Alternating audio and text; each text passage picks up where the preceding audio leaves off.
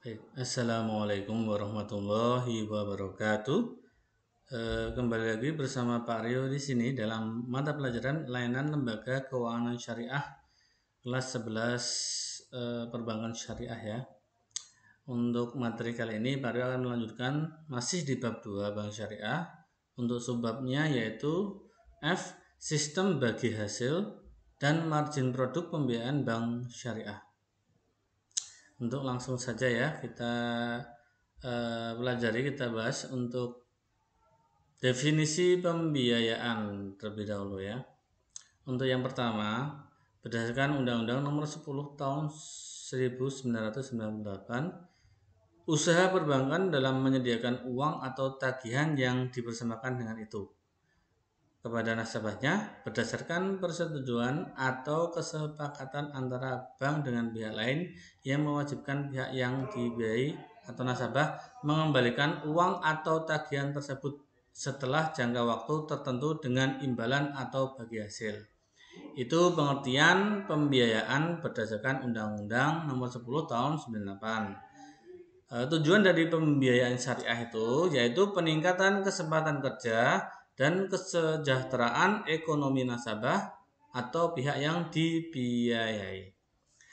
Pembiayaan dalam bank konvensional disebut juga kredit perbankan berbunga dengan sistem bunga ya. Nah, sifat pembiayaan syariah guna mendukung pembangunan nasional dan menunjang produksi serta distribusi barang dan jasa untuk memenuhi kebutuhan masyarakat. Nah, pembiayaan suatu perbankan itu mutlak harus bisa dinikmati oleh semua kalangan, termasuk pengusaha yang bergerak di bidang industri, manufaktur, pertanian, perdagangan, dan beberapa segi lainnya, termasuk situ ekspor dan impor. Sehingga ruang gerak perbankan syariah tidak hanya mencakup permodalan pada aspek industri kecil rumah tangga atau kebutuhan skala domestik atau lokal, tapi juga bisa menyangkut ekspor dan impor yang selama ini hanya dipegang oleh bank konvensional. Lanjut ke produk fasilitas pembiayaan syariah yang legal menurut fikih ya, itu meliputi pertama tentang pembiayaan murabahah. Nanti ada dua, pembiayaan murabahah sama mudharabah. Kita bahas dulu yang pembiayaan murabahah. Apa itu pembiayaan murabahah? Yang pertama, menurut Dewan Syariah Nasional MUI nomor 4 DSN MUI 4 2000, murabahah adalah menjual suatu barang dengan menegaskan harga belinya kepada pembeli dan pembeli membayarnya dengan harga yang lebih sebagai laba. Nah, menurut Ikatan Akuntansi Indonesia PSAK ya, ini nomor 102, murabahah adalah akad jual beli barang dengan harga jual sebesar biaya perolehan ditambah keuntungan yang disepakati, dan penjual harus mengungkapkan biaya perolehan barang tersebut kepada pembeli. Kesimpulannya, murabahah adalah jual beli tidak tunai dengan laba atau keuntungan yang disepakati oleh kedua belah pihak, yaitu penjual dan pembeli.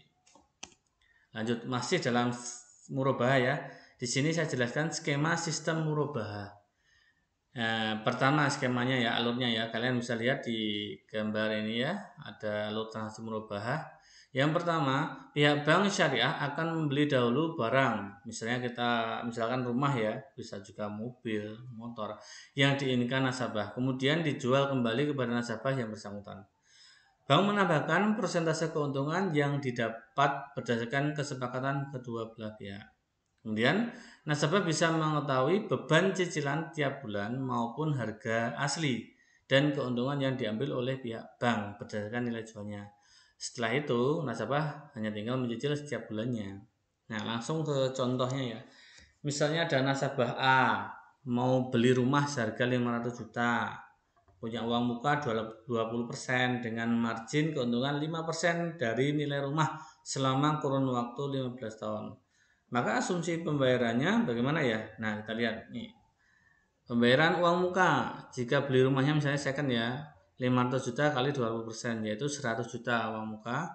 Kemudian cicilan setiap bulan ya selama 15 tahun, perhitungannya yaitu 400 juta dikali 5% kali 15 ditambah 400 juta ya, dibagi 15 tahun kali 12 bulan. Jadi hasilnya 300 juta ditambah 400 juta dibagi 180 bulan.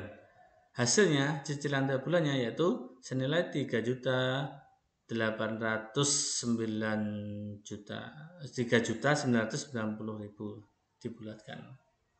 Nah, demikian ya untuk skema sistem murabahah.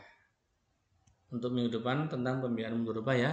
Sekian dulu dari Pak Dewa dan kurang lebihnya mohon maaf. Wabillahi taufiq wal hidayah. Assalamualaikum warahmatullahi wabarakatuh.